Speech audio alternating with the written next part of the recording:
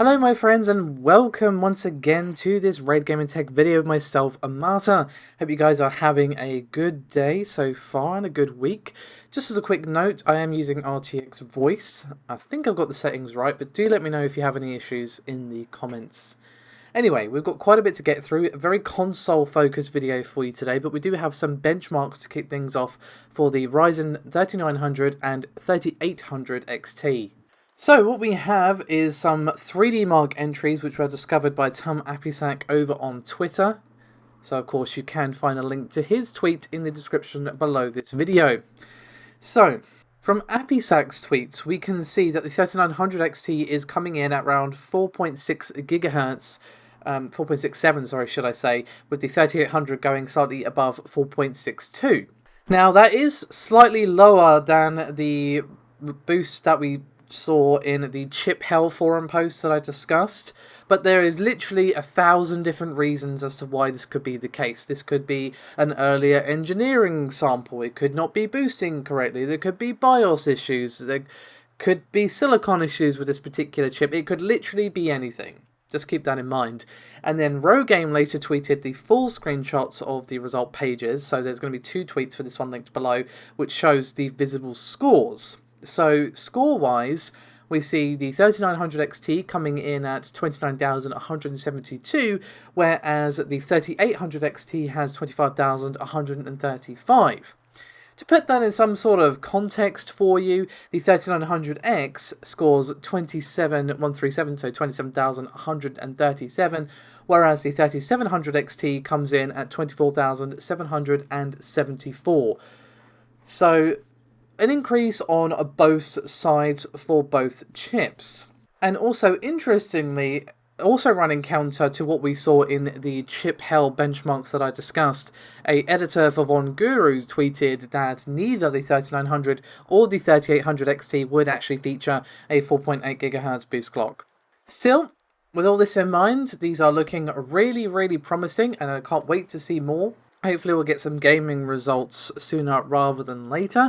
But we're going to move on now to our first console item of today, and it is regarding the Xbox Series X. This time around, it was some comments from Phil Spencer about the launch of the console. Now, as I've said many times, there have been concerns that we would see a delay on both consoles due to, well, everything that's going on right now. And there's even been rumours of Sony in particular not being able to supply enough units for the launch. But Phil Spencer has said that at least on the Xbox Series X side, there will be enough units to be for the actual launch.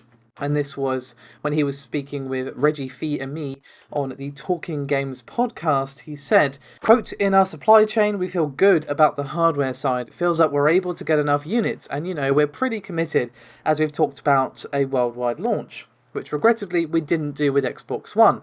You remember watching that from Nintendo Campus. It took us months and months to hit some of the incredibly important markets, and worldwide launch is important to us. Software in the platform side is making good progress. Games are making progress." Now you can find the full podcast linked below. I would definitely give it a listen. It is very interesting. But it's just reassuring to know that Phil Spencer feels confident they're going to be able to meet the demands of the launch for the console, which is definitely going to be very interesting to watch. I think them trying to get that worldwide launch is also very critical. That was something they definitely missed out on with the Xbox One, and obviously contributed to the absolute curb stomping they suffered at the hands of Sony. And speaking of Sony, we have lots of rumours flying around regarding the PS5's reveal event today. So there have been rumours flying around for the last couple of weeks about when we're finally going to see the real reveal from Sony for the console. Now, obviously, we have the Road to PS5 event with Mark Cerny. That was very cool, very interesting, but it was obviously for tech people such as ourselves. It wasn't really for gamers, didn't talk about games really at all. It was all about the technical side, specifications, improvements, blah. But even with that, there's a lot we still don't know about the console, like what the thing looks like, which is kind of important, how much it costs, and obviously the games. So the rumours have been consistently June the 4th, and there has been a little bit of an update to that today. Well, a little bit. Quite a lot of updates today. So first of all, there was another tweet from Jeff Grubb. Now you may recall that he was the first person to mention, at least that I'm aware of, on the Reset Era forums that we would be seeing Sony reveal the PS5 on June the 4th. And now he has tweeted a slight update. And it basically just says, soon PlayStation event. But it comes in between the Last of Us 2 State of Play, Mel Gibson picture, then the PlayStation event, then Steam Inquisition, then IGN game reveals. So it looks like there, June the 3rd. And it has been backed up by Jason Schreier as well. And he tweeted, quote, scoop with a Twitter handle that's a bunch of numbers, 6D6F6366869, hopefully that's right.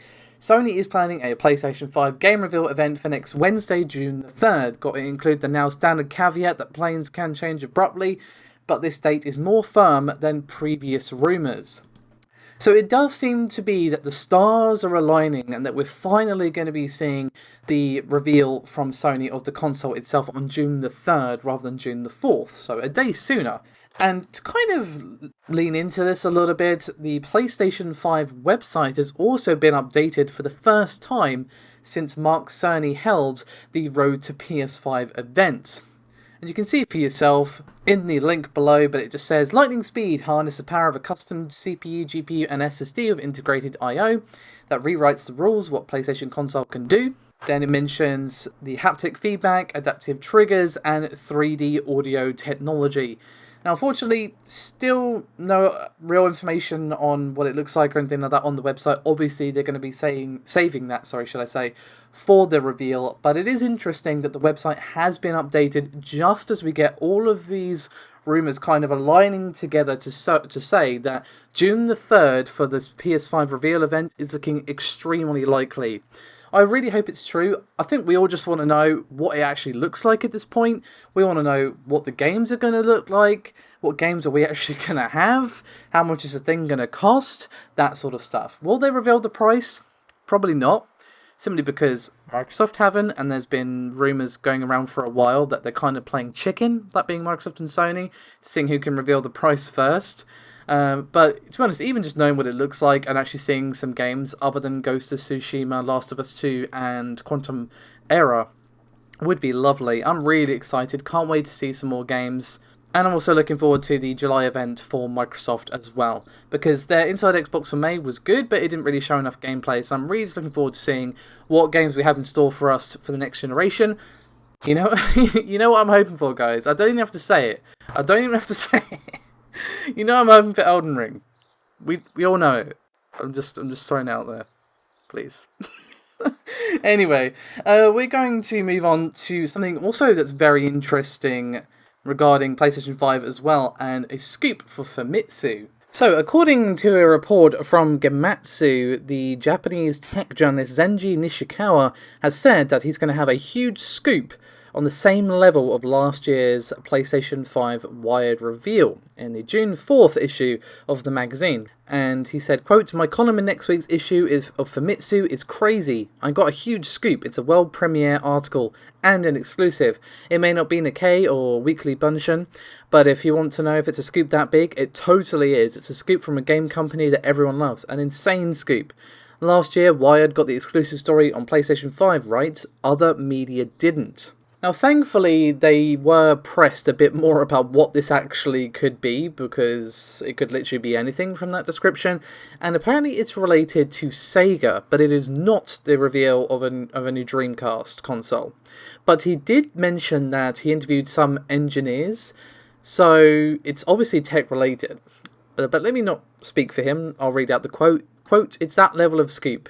I interviewed a certain company's executive and technical staff. It's really revolutionary. Really, it's a revolution. So what on earth could this be? I mean, we know it's not Dreamcast 2, okay, sure, but that doesn't necessarily rule out the possibility that it is a new console from the company. It could just be called, I don't know, Lip Balm. That's something that's on my desk. I've got some lip balm. It's going to be called Lip Balm.